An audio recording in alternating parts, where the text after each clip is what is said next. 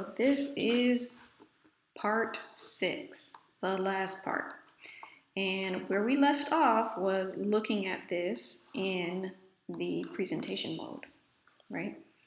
So we looked at it and I said, oh my gosh, there's so much space between these two elements. What happened? Consideration number 1, I am working on a MacBook Pro, but it's a 13-inch. It is not, it's not a large MacBook Pro, sorry. So I'm working on a 13-inch, and then also another consideration is that this is not the height of my screen. So, and the other thing is that this had changed to something else. So this is the landing screen for when you first join, or for when you the first Google result. This was the first Google result. The other ones, I think, are the actual home page. I don't want to show you because I don't want to get rid of this screen right now. Well, you know what? I guess I can show you in the incognito mode that I still have open. When you go here to the first one, this is where it takes you. So I typed in Linktree and I clicked on this first ad, and that is where it brought me. It brought me to this page that has what we were designing here in Figma. So I took a screenshot of it.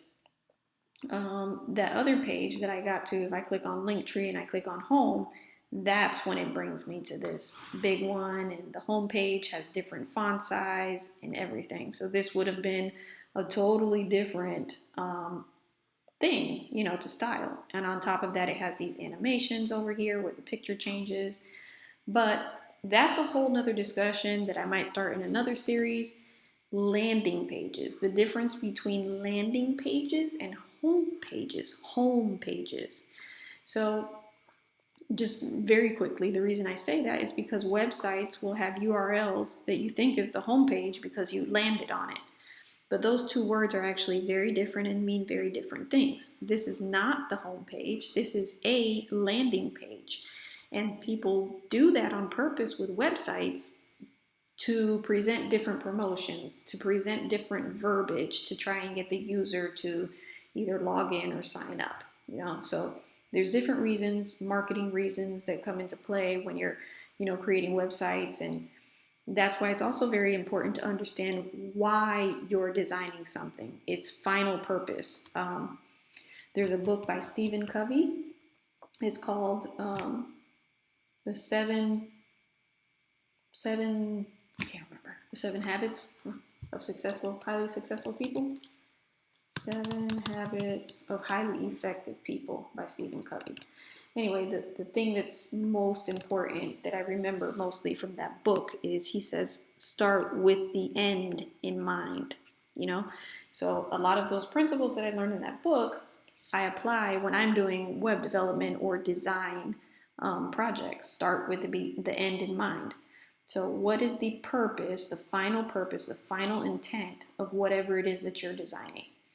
And landing pages intent is usually to build traffic and gather users, whether it's their emails or, you know, something to capture so that their service, Linktree service, can be marketed in a more effective way. So landing pages and home pages are different. But to wrap up this project, the last thing that we need to do is adjust the spacing here, okay? Because I didn't do that. This is correct. The spacing up there is fine, the 48 pixels, but this is not. And the reason for that is, if we look in the inspector, I have everything aligned in frames to the center, but this is not lined up in the frame in the center. This actually has padding on top of it. The parent element has padding on top of it, which is what dictates how far away it is from everything else. So if I look at this, the padding top is 128 pixels. There's 128 pixels on the top and 128 pixels on the bottom. So let's go into Figma, and this I'm gonna drag this out really quick. And this is not supposed to be centered in here. So let's do this. And let's take this, put it here. And over here, I'm going to make a box that is the same width, which is 1170 or 1200 pixels. So I'm just going to say 1200, same width. That's the same width as this container. And then I'm going to say it's going to be 128 pixels high. Okay, so this and this and this and this, I'm going to group it. Am I going to group it? No, I'm not. I am going to group this button though. Command G and say button.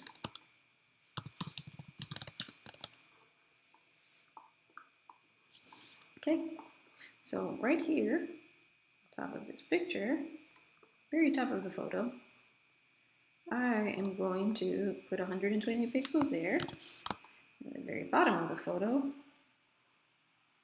I'm going to put 128 pixels there.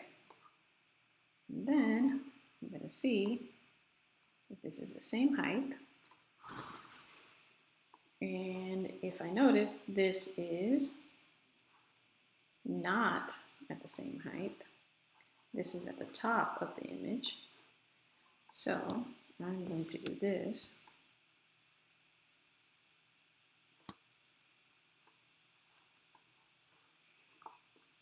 Gonna do this right here. Scroll down just a little.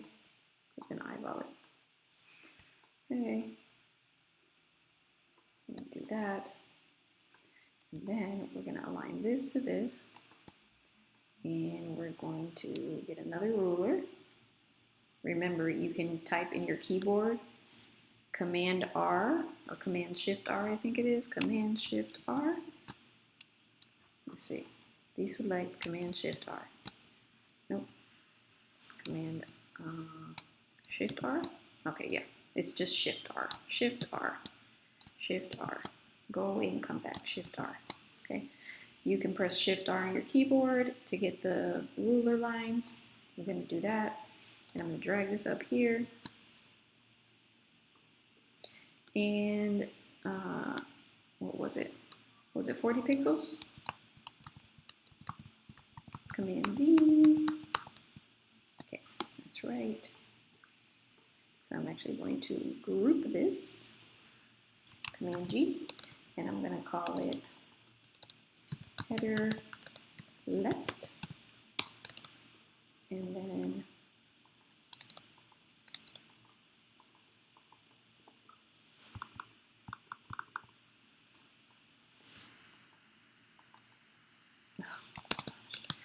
header dash content dash right. And then header dash content dash left. Okay, so I'm going to drag this back up here. I'm going to drag a ruler down here to the image. I'm going to drag another ruler down here to the bottom of the image. I'm going to take this, I'm going to drag it right there. And then I'm going to drag this and this down here. And then I'm going to click on this. I'm going to delete this. I'm going to take all of this and I'm going to drag it back into this container.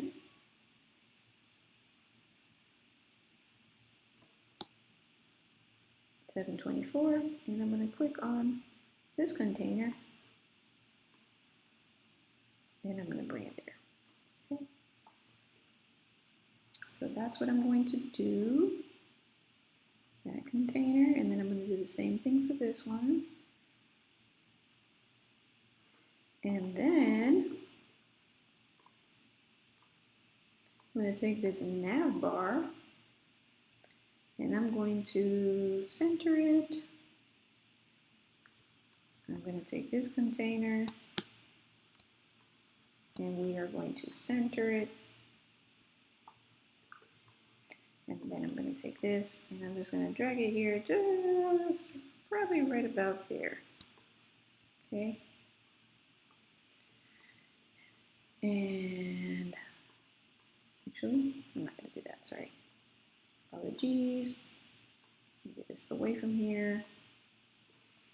And drag this back in here. And see, it wasn't in. You can tell when something is not in, and I knew that was going to happen. You can tell when something's not in when it overlaps. You see how it's overlapping? Container, that means it's not in this frame, but it needs to be. So I'm going to deselect, I'm going to click on this, and then I'm going to move it, and then bring it back inside, and there it is. And now I can align it to the top, and I can align it to the center. Because a lot of times I've come across people, they'll be using Figma, and they'll be like, why isn't it aligning? Why is it, I'm clicking and it's not working? It's because it's not nested inside that frame that you're trying to align it to. Okay? So I'm going to come over here, and I'm going to put this right here in the center of the page, and then I'm going to bring this, I'm going to take this, and I'm going to duplicate it, and I'm going to take it out, and I'm going to make it 48 pixels high. 48, enter, and then I'm going to put that in here. It's in there, I'm going to center it, align it to the top. And then I'm going to put my nav bar somewhere in here. Okay. I'm going to drag it. It's not in any frame, but I do want it to be in this one. So it is in that one. I'm going to align it to the center. And then I'm going to align it to the bottom of this one. Right there. That's what I'm going to do. And then I'm going to come in here and I'm going to delete. And delete. Delete. Okay. Last thing that I want to show you, how to make something sticky. So this is actually a different topic. We're going to end with a different topic. And if this playlist gets a good response, then I'm going to make more.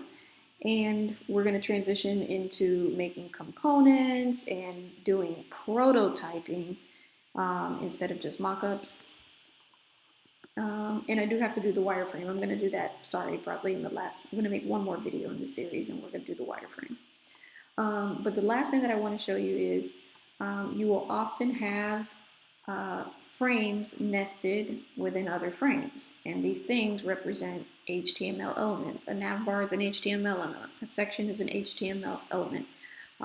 These are the little color bubbles. So I could just say project info, right? I'm going to take this and I'm going to frame it, and I'm going to call this project info.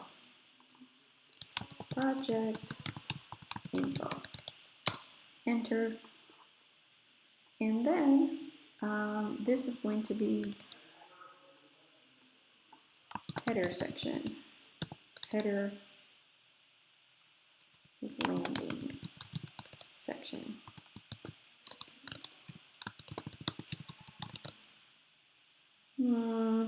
Probably the verbiage should be switched around. Landing page, header section. Okay, enter.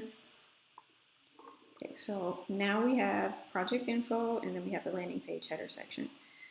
Oftentimes in web development, you will have different elements on a whole page. Okay, so this is the whole page, and right now the whole page has this background color. But if I were to continue making this page and make another header that is, or another section that is this color, let's say for example I have this next section and it's this color, which was, is this one of the color bubbles that we made? F3, F3, F1. I don't think so. Let's see. And typically that is what I'll do. I don't know why I didn't do it in here, but typically I will put the actual color so that I don't have to go deep down into this again. I'll do it like that.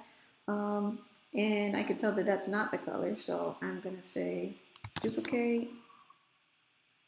And I'm going to break this and I'm going to call it F1, F1, F3. Okay. Is that it? F1, F1, F3. F3, F3, F1. See what I meant about dyslexia? F3, F3, F1. Enter. Okay, so this is actually a different color. And over here, I'm going to make that white. And this is a different color than this one. Even lighter. Even. And these are just silly names I'm making up. This is not what I would name it in a real production environment. Even lighter gray. And that is not it. F3, F3, F1. Create style. I'm not going to make a description right now. But like I was saying, let's say I want to make another section. So I'm going to take this section and I'm going to Control D and make a whole new one. And this section has a background color of that, and I don't want it to be that. I want it to be this new color style. So then if I made this, this is an example of a different section on here. So let's just say trusted by over 30 million, right? Let's just make it look like this. Trusted by over 30 million plus, let's see, delete.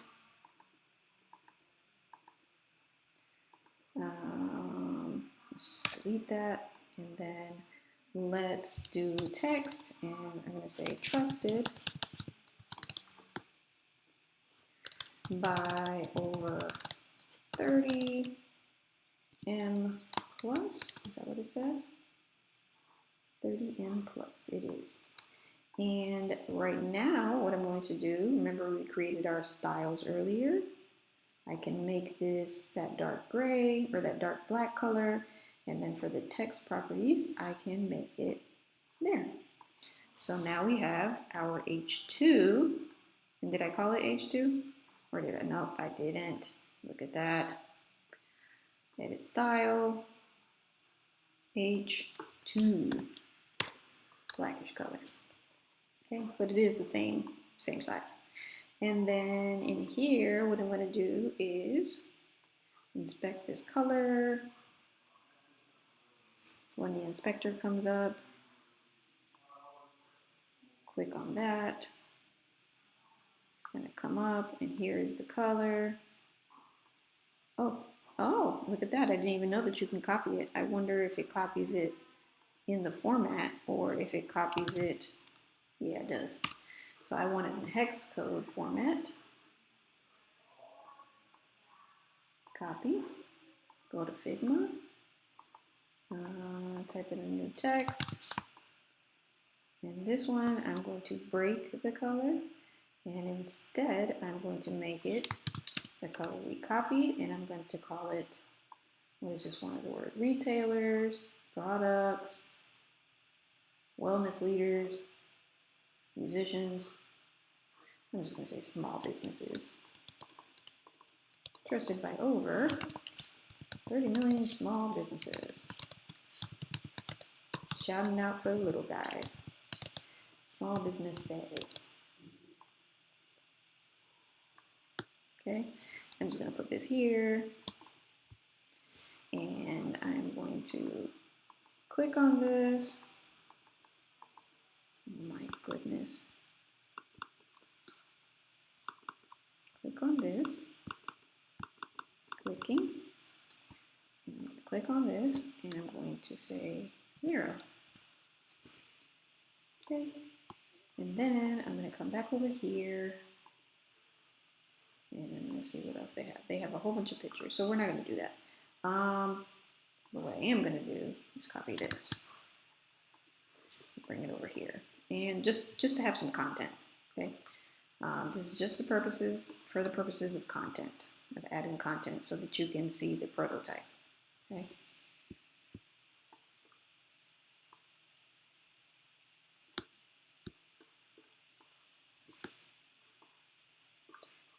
And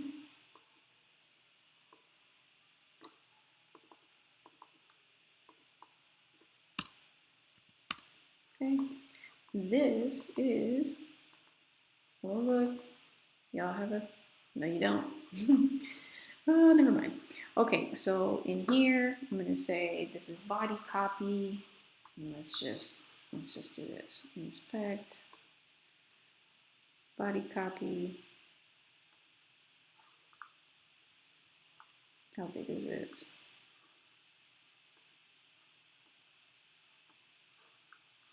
There's nothing there because that is not where the information is. Not family. Big class, text align center, inherit. What is it inheriting from? Right here. Margin top 24. Margin top 24. Paragraphs.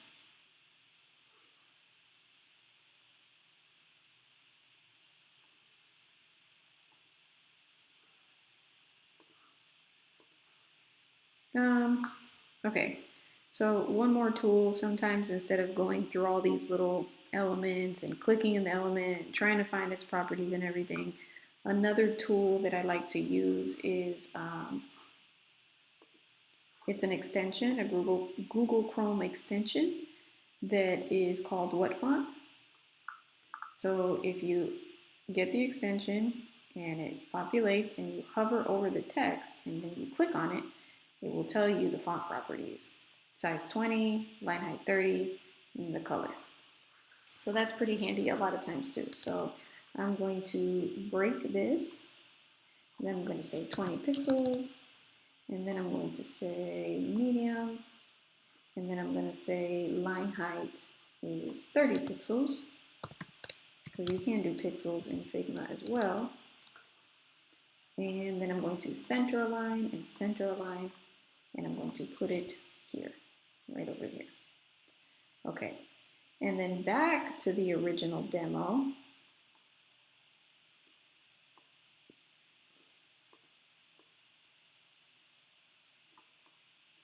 I'm going to take all of this.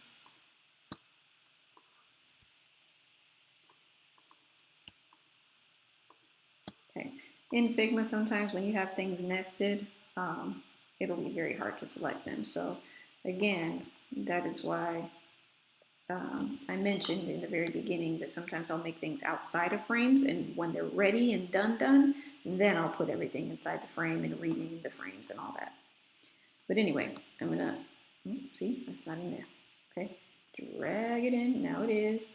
Okay, I'm gonna select everything, we're gonna center it, and we're gonna come over here, and we're gonna put it in the middle of this frame. I'm gonna put it in the middle, I'm gonna drag this up, probably to about there, and then I'm gonna drag all this, and drag it down a little bit, and put it right there. Okay, and I'm gonna drag my frame back in here, center, and center. Okay, so what I was trying to demonstrate is whatever you make your frame size here in Figma, that's what is going to be displayed here when you do this, right? So you can even see right now it's cut off right there at the bottom. If I were to expand this and show, you could see that it is the height of exactly what I created. So you're not seeing anything down below, right? So I'm going to minimize that. I'm going to come back here. I'm actually going to make this 1024 because that was the original frame height. 1024, enter.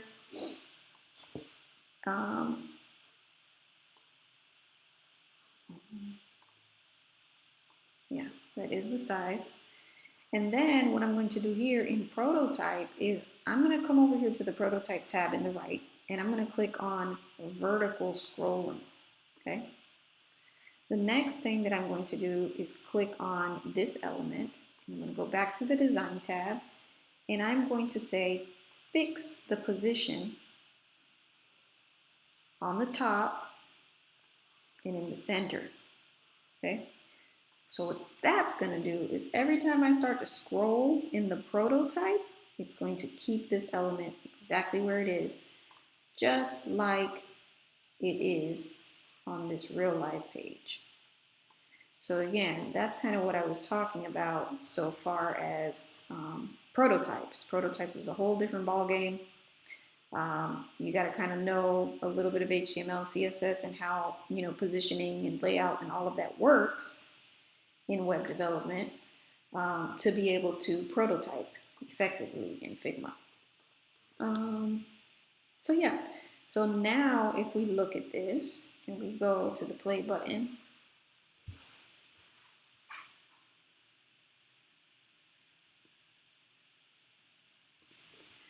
we can see that it looks really, really close to the actual representation of what we saw on the landing page. Okay. It's different because on my screen, because again, my screen is smaller than the 1024, so you can see this. On theirs, you can't, but again, it's a mock-up. One thing that I would like for whoever's listening to this and learning from this to keep in mind that mock-ups are not, they are very close representations of the final developed product, but they're not exacting. So if you're talking to a client or you're talking to another designer or you're talking to another developer and they're like, but this isn't, that's confusing, da, da, da, da. It's just something to keep in mind that mock-ups, it's difficult to get it to be a exact live prototype with a mock-up, because 2D designs don't translate the same way they do in web development and in code. They don't, because things on the web are fluid, they grow, they shrink, they move. 2D designs will never be able to do that. So just keep that in mind. But the whole point of it is that on this display, it's not going to be exactly like what you saw when you were designing it in the board area of Figma. But moving along, now that we're seeing it here and everything's centered and it's all this sizing and everything is similar, if we scroll up, notice that the nav bar is staying in place. That is what is called fixed positioning in code. And just to repeat myself one more time for the fun of it, that if this playlist gets a good response and people learn from it and you would like to see more of my content and the way that I explain things, then I will talk more about prototyping. I'll talk more about different playlists and different series where I will take this same design that we've now created in Figma and actually make it into a live web page. So that's kind of where I'm going with everything. I wanted to wrap this up. This video is kind of long. I think I am going to make that one last video on wireframing this, because that would be pretty fast actually. But I hope that you enjoyed and you learned, and I'll see you in the last video, which will be pretty quick. Thank you for watching, and I'll see you there. Bye-bye.